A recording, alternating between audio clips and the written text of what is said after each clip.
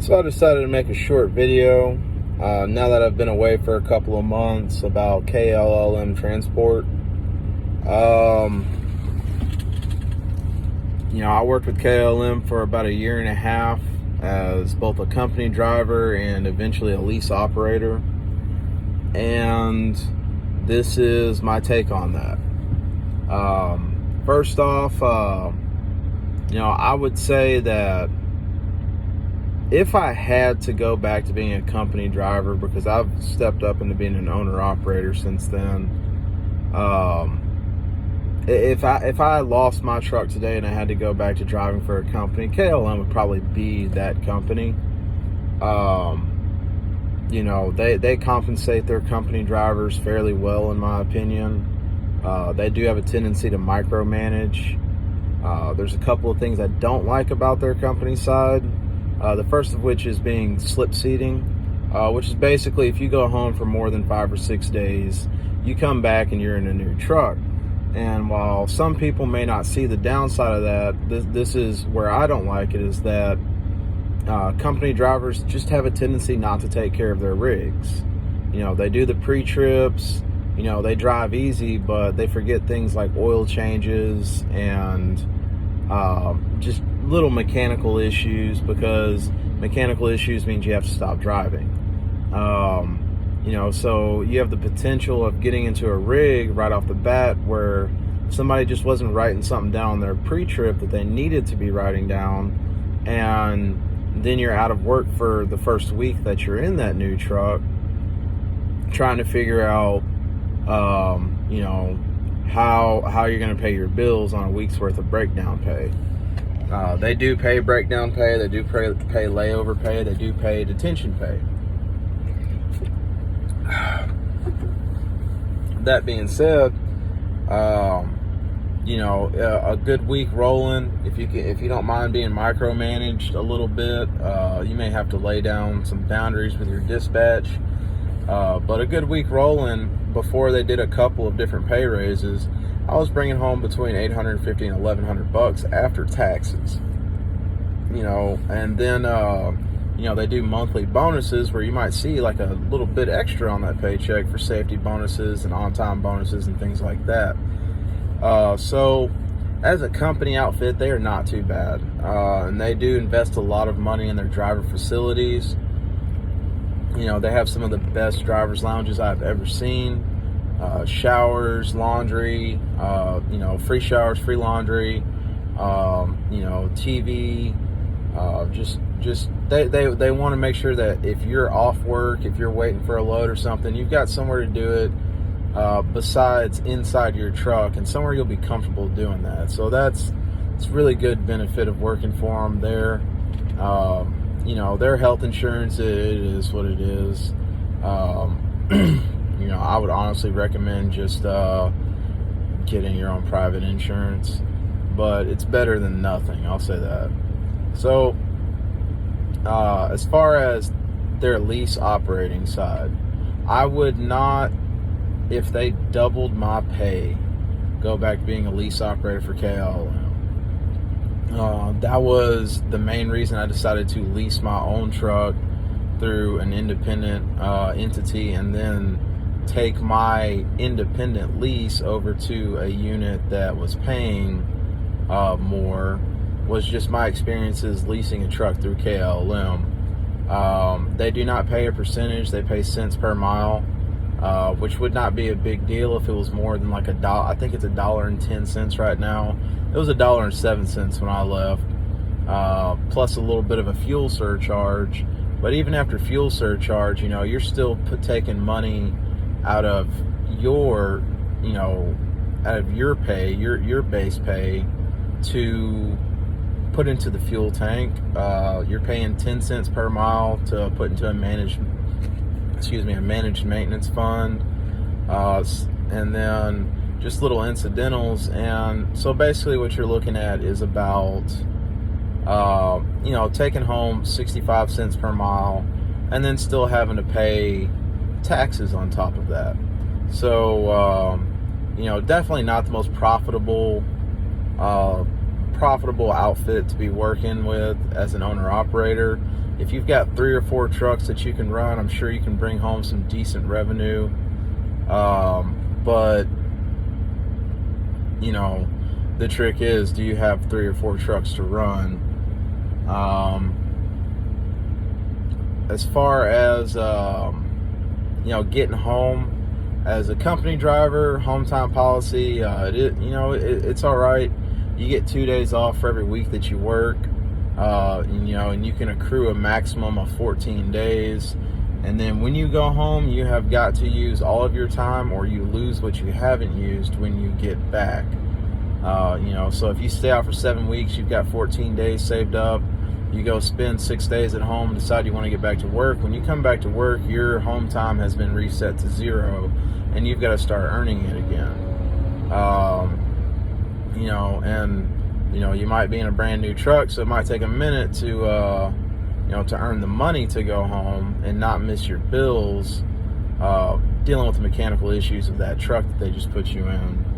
As a lease driver, getting home, you get to pick your own home time, but, just bear in mind that you are liable for a truck note and insurance and every other elected deductible from your paycheck that you've had, that you agree to every week, even if you are not at work. And that's how they make their money for the truck. I didn't have a really good experience with the trucks as far as lease operating.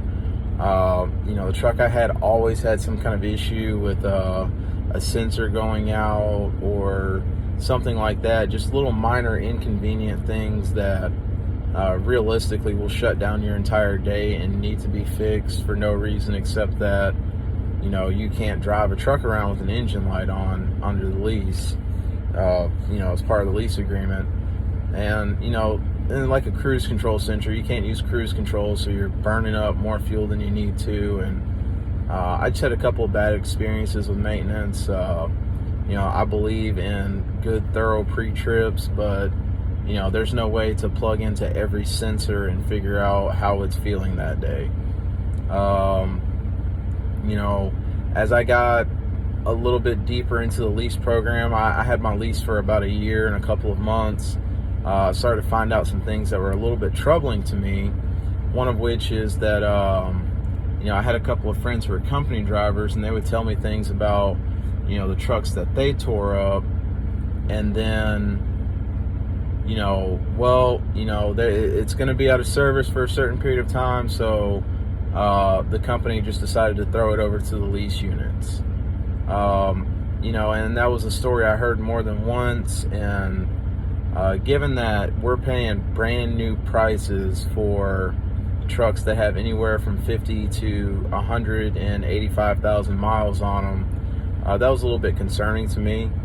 It made me start to really think deeply about what kind of pre-existing issues may have been in my unit before I got into it, and that just took away what little faith I had in the lease program. I worked as a trainer with KLLM for a while, training their student drivers, and I would not recommend getting into that. When I started that, it was only lease operators and owner operators who could partake in that program. That's because they wanted you to be able to bear they wanted to defray the cost to themselves of maintenance, the kind of maintenance that occurs when you have a rookie driver jump into a truck. And that, oh man, I had students wreck. I had students back into things, sideswipe things, and these are things that I could be in the passenger seat screaming at them to put on the brake or don't do that. And I tried to be the best teacher I could, and it takes a really, really special kind of person to succeed training drivers to drive. I don't ever recall giving my trainer the kinds of issues that are really consistent in drivers coming out of school these days. But that being said, they changed the program probably about 8 months after I got into it, to say that company drivers could, train students. And, if you have the patience for it, and you have the gift of teaching, and you've really got the guts for it, it can be pretty lucrative because the student gets a salary paid by the company, and you get all the miles that the truck runs, and you can potentially be running, 6,500 miles a week, or, in general, I was running between 4,500 and 6,000 miles a week. But, it's definitely something that bears close consideration. It's not something that I would recommend just jumping into. So that being said, my overall analysis of KLM is that, really good at communicating, as a company, really good at, acquiring good people to work in their office, really good, staff mechanics. I had some, like I said, I had some pay discrepancies. You really have to watch your paychecks. And that's a big no-no to me. I should never have to put as close of scrutiny into my paychecks as I found myself doing. Really have to stay on top of your stuff to be profitable with these guys. So if I was looking for a unit to go back to driving with, or to go to drive with, as far as being a company driver, I would take KLM almost any day of the week. As an owner-operator, they are literally, as far as I'm aware, that they are very, very close to the bottom of my list of people to people to work with. It just wasn't profitable enough for me. $1,000 a week is a lot of money, but when you consider the fact that you've got to pay taxes on that $1,000, and then I can just, I can go turn a shovel for that kind of money, and the amount of money being sunk into the truck, I prefer to find, companies that pay percentage. There's no reason an owner-operator should be grossing less than 65% of load pay. That's just my personal opinion. I might stoop as low as 60 if the freight was paying a higher rate, but in today's economy, there's no reason to invest in owning a business if I'm not taking home a good portion of the profits. I'm not going to run a business just so I can defray the cost of somebody else's operating expenses.